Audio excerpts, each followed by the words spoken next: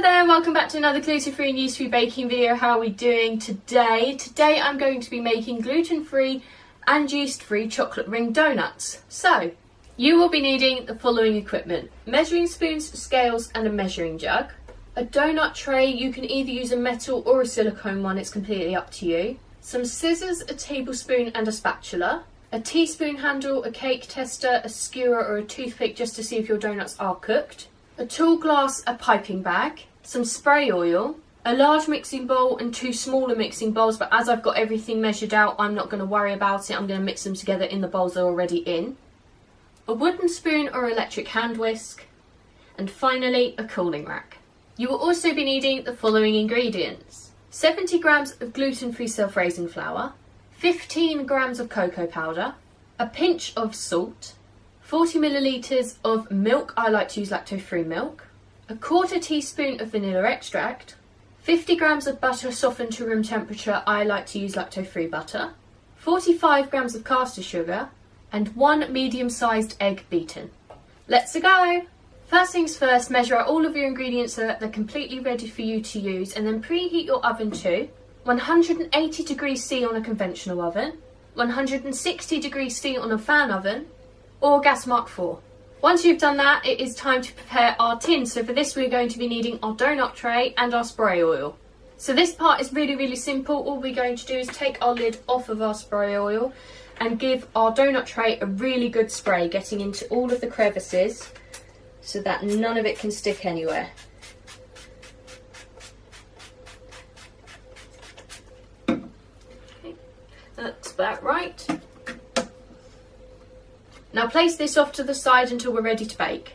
So now that we've got all that prep work out of the way, it is now time to begin making these amazing donuts. So for this, we're going to place all of our cocoa powder into the flour bowl. If you're using 2 extra mixing bowls like it says in my instructions on my blog post, link in the description, you can do that. It's just because my bowls are so small. No, because my bowls can take the amount in it, I might as well just save on the washing up, so it's completely up to you. Same with the salt, put that in there. Come on. There we go. And mix together until well combined.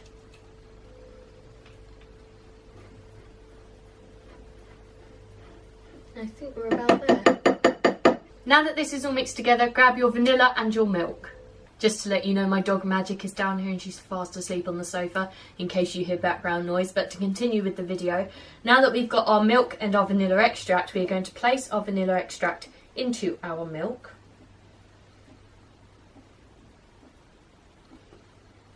And now we're going to mix these together until well combined.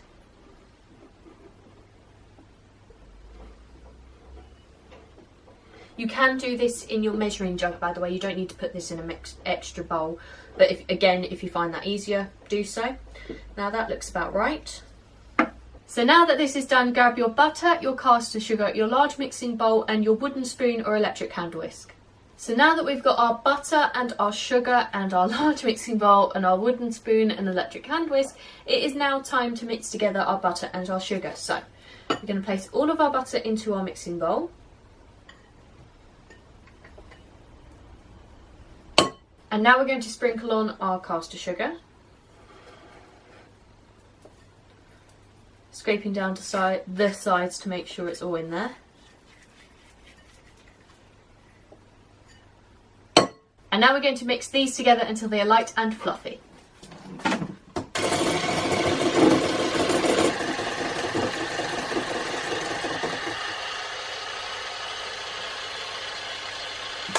Now that this is done, grab your egg.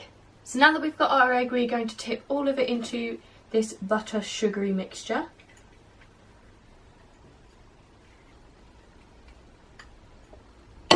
Now we're going to mix these together until it creates a nice smooth batter. This is really important as we don't want there to be lumps of butter, as this will create air holes in our donuts, and I think mixing it together, everything as much as we do, makes the donuts lighter and fluffier in the first place. So let's get on with it.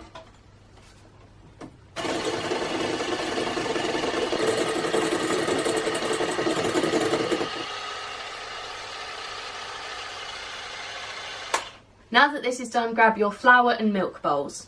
Now that we've got our flour and milk bowls mixing all the time, we are going to add a little bit of the flour, mix that in, then we're going to add a little bit of the milk and mix that in until there is nothing left in these bowls. So you guys should really be over here.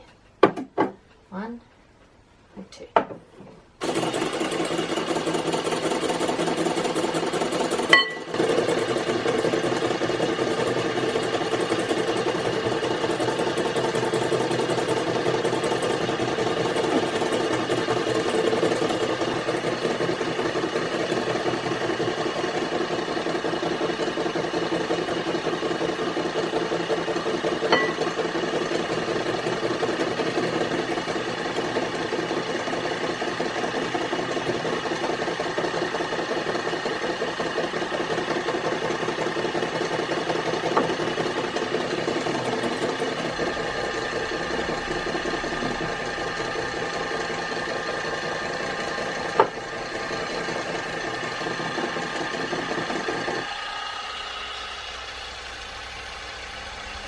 So now that this is mixed, we are going to scrape down our milk bowl just to make sure it all gets in there.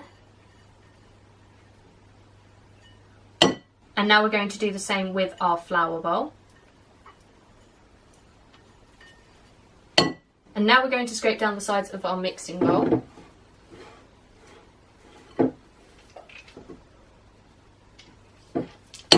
And now we're going to mix this together one final time for good luck.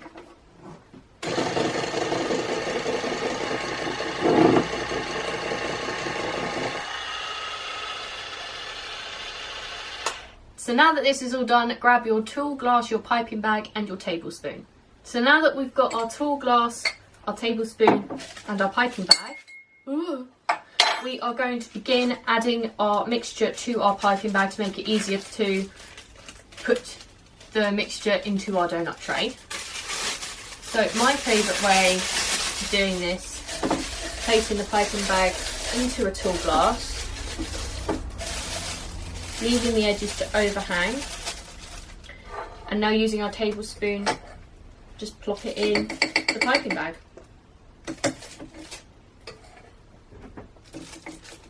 And now just scraping down to make sure it all gets in,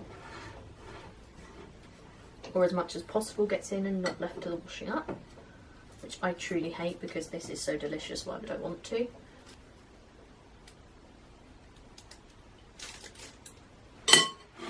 And now unravel from the edges of our tall glass, squeeze it all down, twist it round, and there we go, that's that ready. So now that we have done this, we are going to need our scissors and our donut tray.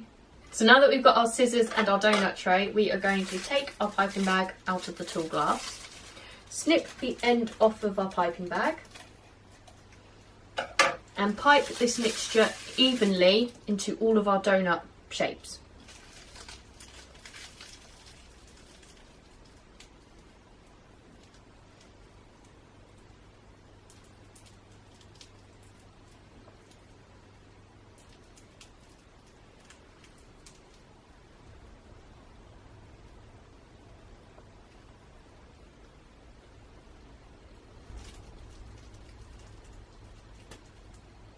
Now that our donuts are completely ready to go into the oven, we are going to place them into the oven for 5 to 10 minutes until we insert a teaspoon handle, a cake tester, a skewer or a toothpick and it comes out completely clean.